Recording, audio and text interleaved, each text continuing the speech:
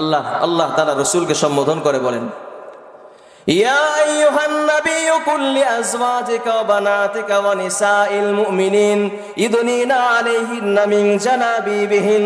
আল্লাহ পাক রব্বুল আলামিন রাসূলকে সম্বোধন করে বলেন, ইয়া আইয়ুহান নাবিয়্যু, হে রাসূল, কুল লিআজওয়াজিক, আপনি আপনার স্ত্রীকে বলেন, ওয়া বানাতিকা, আপনার কন্যাদেরকে বলেন, ওয়া নিসাইল মুমিনিন, এবং মুমিন নারীদেরকে বলেন তারা যেন চেহারার সামনে পর্দা টেনে নেয়।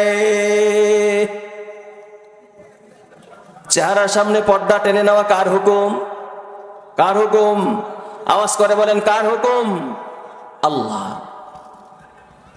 এখন অনেকেই ফতোয়া দেয় যে পর্দা করার জন্য চেহারা ঢাকতে হয় না।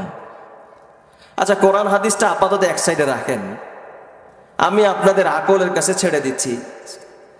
সেটা হলো, একজন পুরুষ একজন নারীর সর্বপ্রথম কি দেখে আকৃষ্ট হয়?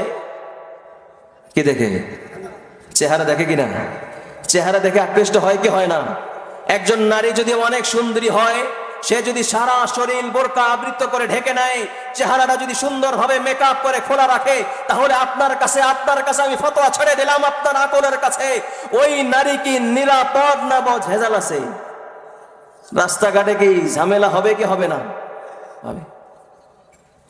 তাহলে চেহারার সামনে পর্দা টানা তার নিরাপত্তার জন্য জরুরি, 100% জরুরি।